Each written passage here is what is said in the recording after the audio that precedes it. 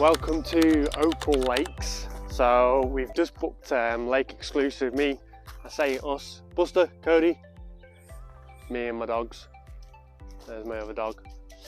So we're gonna have a little bit of a walk around. There's like a private cabin, everything like that. So I'm gonna show you around that and then show you around the lake. Let's go have a look.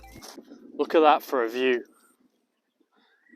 Absolutely brilliant. Right, so here is the cabin.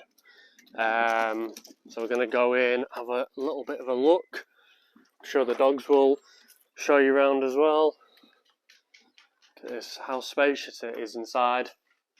Little seating area. Can do my work while I'm doing some work for my video agency. Bed there and view right out here. You can go right out here, and there's like floodlights here. So at night when you get a run, you can just press that light on, big floodlights, run straight out and get a fish. So they've actually rented me a bait boat as well with some of their Aqua feed pellet. Straight down to the peg. Buster and Cody absolutely love it. Look at that. 1 acre full of carp. There's a load of carp down there. You can see them cruising in their margins really close. So we're going to probably fish one down there, right on or out on the carp's head there. Some in that rushes there, probably that far rushes as well. See how we get on. See if Buster falls in. Don't fall in. Yeah, look at that. So we'll keep you updated. So I've actually seen some fish. Well, we've seen some fish in this margin here. You might see a big ghosty over there. And what I'm doing is, Buster is just putting a little bit of pellet. As long as my dogs don't scare the fish off, I've just put a bit of pellet in that spot there. But I'm going to go for a little bit of a walk around the lake because there is a lot of fish showing on that far margin, and if I can get to that far margin just to see what those fish are doing, because I'm definitely going to put a zig out, that's for sure. All in that middle zone I've seen a few fish cruising around, so we're going to go for a little bit of a walk. This is like a little cool little bit. They can fish down this margin, but apparently all the zones are on that far side, so I'm going to go have a little bit of a walk with the dogs and see if we can find a little spot where we can hand feed it, potentially also send the boat out there, see what's happening, find the carp first, that's for sure. So having a walk down here. It's really good this because it's all closed off, and you can just let your dogs run around. These two are quite good anyway. They stick together and they're not super active. They just they like to fish and chill. So there was just a show there. Oh yeah, they're cruising right at the top there, you see. So that might be middle zone. We can put a zig out on that bit.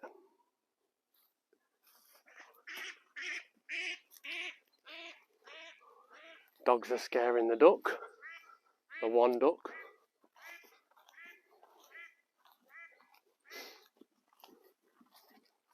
What are you two doing? Why are you scaring the duck? Yeah, so it's all closed off. Really nice area over here. Obviously the carp aren't going to come too far over this way, but we are a bit higher over here. We can see a bit more. So I think what the plan is going to be, I've seen a load of fish over there on that far margin now. I'm going to fish quite close to them reeds, but then over here in this middle zone there's a lot of carp cruising at the top. So that's definitely going to be a zig. So let's see what we can get set up. First things first, get all the stuff, put it in the fridge. Of course, Buster and Cody are very interested in that part. So for my actual spod mix, well, my boat mix, I've gone with the Super Seed mainline power particles and the krill 6mm pellet in there as well, but also the house pellet, which is Aqua pellet from site, so you can get that off Chris and the team. So yeah, and I've just added some spicy squid goo. I was going to get the actual smart liquid, but I forgot to get it, so I've added that in instead. A little bit of a mush around, let it soak in a little bit. I'm going to add a bit of water to there as well, make them pellet a bit more mushy. And yeah, that's the bait mix. So first I just got my marker lead out and just had a lead around on the rushes, make sure they were nice good spots. First rod is out. Just literally put it here in this little margin because I keep seeing this ghosty cruise around in this edge, so I've just put a little bit of bait out in that edge, fishing just a solid bag on top. Fish does show just over there then. But yeah, just a solid bag on top of that. Little barbel, dumbbell hooker, like a solid bottom bait, and then topped with pink corn. That always does me a bite somewhere new, so just got to figure out what they're having. So I'm going to go for pink, yellow, and a match the hatch as well, probably through the night. But first I'm going to put a zig out, probably black foam, about 6 foot zig or something. So let's get the rest of the rods out. So this is what I'm using as bottom baits, these big river barbel dumbbell hookers. So they're actually, they smell unreal, and then topped with a little piece of pink corn or yellow corn does the bites. And then the mainline spod mix, spicy squid, my favourite one. And yeah, we'll see how we get on. So I've been setting up my rods, but my dogs are not very happy with me. They're just sat there waiting to play.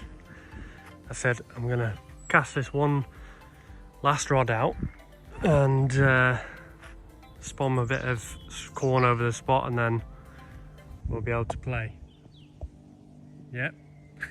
There we go, bait boat loaded. So hemp and maize in there with a solid bag as well, because I'm fishing double corn over a spot. Now this is the furthest spot where it goes over to that far left tree.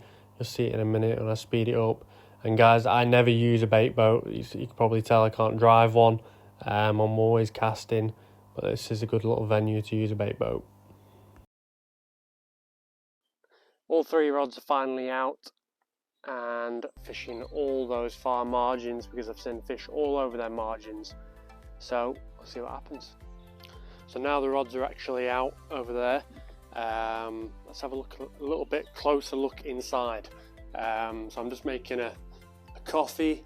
So you got all your kettle, air fryer, your microwave, all your washing up stuff, little fridge there, it's got all my stuff in it, toilet, shower. This is really good off-grid living. A little bit of a desk area because I'm going to be doing some work while I'm out here. That's the bed, and then big floodlights. When you hit those lights there, that goes. And Cody's deciding to get involved. And their rods are right down there. Don't know why, they really enjoy running in and out. The thing about dogs is as well, this is really good. This is probably one of the main reasons why I booked it. You can close the gate over there. It's all enclosed, so they can run all the way around. You're not having to worry about them running down there and getting out. It's all enclosed down there as well. So awesome, absolutely loving it. I've not even had a fish yet, and I'm thinking of moving in here. We could move in, couldn't we? Yeah. And as promised, now all the rods are out. Buster and Cody get to have a bit of a play. They absolutely ran around so much around here. Absolutely loved it. Got the barbecue out, made some food. It was really, really chilled. So we didn't actually get a fish through the night. And then 7 AM came and I got an absolute screaming take with a stunning mirror carp, 18 pound. Yeah, mega happy with that carp. 18 pound on the nose and give me a really good scrap as well. So I'm just happy I got a fish on the bank. After spawning, they were a little bit kind of finicky on feeding. That's what you know, the guys said. So it was a little bit harder to find them where they were feeding, if they were feeding.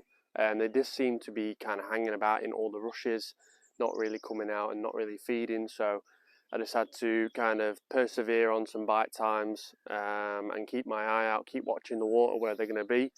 Even though it is a small, intimate little pit, I think they have got their habits and they've got their little spots that they go to. So I'm going to tell you about a couple of things that I saw in the evening time and the morning time to see where I got my bites from. So they definitely crash a lot in those rushes over there. You definitely want to be having a rod over there. Just have a little bit of a lead about, make sure that you're not hitting any snags. And you might need to fish slackline but locked up to there so they don't take you straight in. You're going to be quick off the mark on there. But that little corner seemed to be a lot of fish showing in that bit there, in these rushes on the right. And then under that tree seemed to be a lot of fish showing, but no fish from there. And then the main spot that I found was this overflow pipe here. That overflow pipe, they started flanking off that about 7, 8 o'clock at night every single night. So they would go over to it, flank off it, it would rock, they'd make a load of carnage and a load of water ripples, and they would show all around it. So I didn't have any rods there, and I thought, for that last night, I thought yesterday, I'm going to put a load of bait there overnight, and I'm not going to fish it till early this morning. So I went and took the bait boat out, and on the left hand side, so then the fish could go left. I didn't want to put it on the right hand side because then I'd be, if it went all the way around, I wouldn't be able to get it back. So I put it on the left hand side of that overflow, and I just put a load of bait out with this bait boat. And in the bait boat, I put literally about 4 scoopfuls of pellet soaked in hemp, corn and krill ISO fish liquid, all in there, and drove it all the way out and just let it all off into the left hand side of that overflow pipe. And then early this morning, 5 AM this morning, I put my solid bag out and left it for the morning, and 2 hours later we had the fish. The rest of the day was pretty quiet, which I managed to do a lot of work for my viral video agency. And then we had a little bit of a look at the films. We decided to go for Fast and Furious, and Cody wanted to get in the camera, but all the rods were set for the night. It was really chilled, you know, really spot on venue. So then again, I had another mirror in the morning, so they're definitely on morning bites for sure. I'd probably say between 7 and 8 PM, and then in the morning between 7 and 10. Got Buster on the right there, look at him, he's really buzzing with that fish. So this was actually part of a double take, and it was absolute carnage for the morning, but this fish definitely gave me a good scrap, but I'll show you the other one in a minute. So this fish, it was part of a double take, and unfortunately I couldn't get to it as quick because I was landing the other fish. Look at that, and Buster gives it a kiss. So Chris, the owner, had to go out and swim out to de-snag this fish from the overflow pipe. He pulled the snag out, and we managed to get her free, and then as it came up to the peg, Chris was still in the lake and he netted her for me. Absolutely stunning fish, 23.5 pound. We were really buzzing with this as the last fish. Really happy with this. Look at the absolute banger. So yeah, I was dead chuffed with that. Bit of carp care on because they've been through spawning. A few scales were flicked as well, possibly from the line, I'm not sure. But yeah, a bit of carp care on there, and she was all good to go. But I can't believe she got snagged up. I was really fortunate. I managed to ring Chris, and he came out and sorted it within 9 minutes as well. He was really quick to get to site. So yeah, really happy with that. Look at a proper scaly banger. Bosh. Gets in. So the rig I was using was just a standard 4-inch hair rig in a solid bag, but for my hook bait, I found these barbel hookers, these little bottom baits, are really good topped with corn So I always have like a yellow and pink topped out there, and the one that got me the fish was the pink topped one. So barbel hookers, these dumbbell hookers, they're really good. I've caught so many fish on them. And then the spicy squid goo, as always, I'm always using that. So that was kind of my go-to, was the barbel dumbbells as bottom baits, topped with a piece of maize. And yeah, that did the job. Why do you keep throwing the ball in the water? Are you a monkey? Seriously, a carnage last kind of couple of hours before checkout, and the carp are still all cruising around that spot now that I put some bait out and a couple of solid bags on that spots. So obviously I had the fish this morning at 7 o'clock, and then I chucked another solid bag far out onto that far margin where they were all cruising because it was quite warm this morning. And I thought, right, I'm going to put 2 rods over there because I saw so many shows and I saw this big mirror, and I was like, right, okay, they're definitely over there by the rushes, over in that shallow end. So I put 2 solid bags out, one with a dumbbell barbel hooker at the bottom with slow sinking maize topped, and then the same on the other one but pink, and absolute carnage, double take. So I got into the first one, landed it, get into the second one, definitely a heavier fish, but it had taken me right, carted right, and it snagged itself up on the overflow pipe.